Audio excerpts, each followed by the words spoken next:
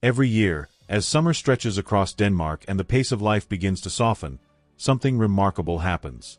The spotlight that usually follows the Danish royal family seems to lose its intensity, replaced by something far more meaningful.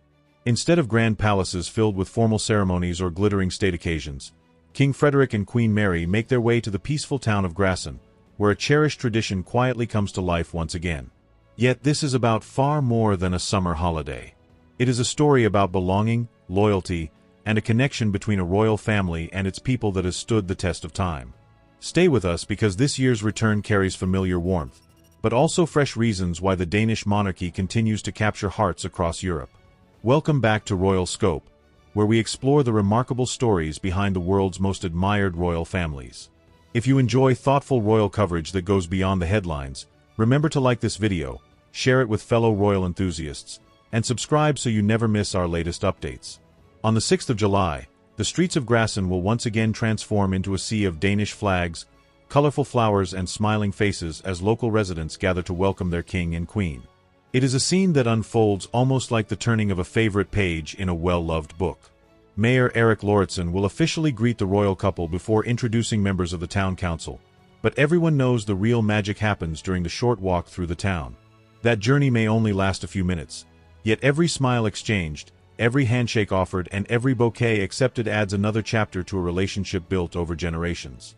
Children often wait patiently for hours with flowers clutched tightly in their hands, hoping for a brief conversation with King Frederik or Queen Mary. Elderly residents stand proudly beside families who have watched this tradition unfold for decades.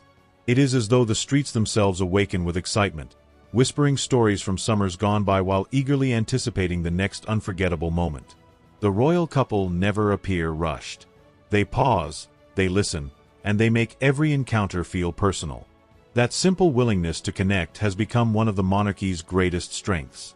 Last year, Prince Vincent and Princess Isabella joined their parents on the walk to Gråsten Castle, creating countless heartwarming scenes that delighted those gathered along the route. While the full family lineup remains unknown this year, anticipation is already building. There is always the possibility of another touching family moment, another spontaneous interaction that reminds everyone why these occasions are treasured far beyond Denmark's borders. Adding even more elegance to the summer tradition is the arrival of the royal yacht Danish. The magnificent vessel will once again be anchored in Sonderborg from the 4th until the 27th of July, quietly watching over the coastline like an old friend returning home. Although King Frederik and Queen Mary travel to Gråsten by car, the presence of Danish remains an essential part of the season.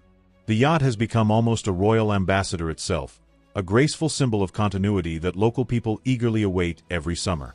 In a world where traditions often fade, Danish continues to sail proudly through history. Perhaps that is the true secret behind the Danish monarchy's enduring popularity. While many institutions race to keep up with an ever-changing world, this royal family understands that stability can be just as powerful as change. Their traditions are not frozen in time. They breathe, evolve, and remind people that some values never lose their importance. Before the peaceful days of Gråsten could begin, however, the royal family experienced one of the year's proudest milestones. Crown Prince Christian's promotion to second lieutenant during the military ceremony at the Guard Hussar barracks in Slagelse became an emotional celebration for the entire family. King Frederik and Queen Mary stood proudly beside their eldest son, while Prince Vincent and Princess Josephine received permission to miss school so they could witness their brother's achievement. That decision alone spoke volumes about the family's priorities. Some moments simply matter more than ordinary routines. Away from official cameras, the celebrations continued with a private family lunch at Copenhagen's Hotel Dangleterre. Although every family gathering does not become public knowledge, the occasion reflected something many viewers appreciate about Denmark's royals. Behind the crowns and formal titles are parents celebrating their son's success and siblings supporting one another during life's defining moments.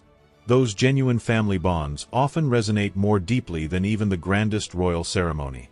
As the family now settles into the peaceful surroundings of Gråsten Castle, they enter a place where public duty gently gives way to private happiness. Surrounded by beautiful gardens and quiet countryside, King Frederik and Queen Mary are often seen enjoying simple walks, meeting local residents, or cycling through the area with a sense of freedom rarely possible elsewhere. For a few precious weeks, Gråsten becomes less of a royal residence and more of a true home. When King Frederik and Queen Mary once again step onto the streets of Gråsten to the cheers of thousands, they will not simply be continuing another annual tradition. They will be strengthening a remarkable bond between monarchy and people, proving that respect is earned through kindness just as much as ceremony. Here at Royal Scope, we believe these genuine moments are what make the Danish royal family so admired around the world. If you enjoyed this story, don't forget to like, share, and subscribe, because the next remarkable royal chapter is always just around the corner.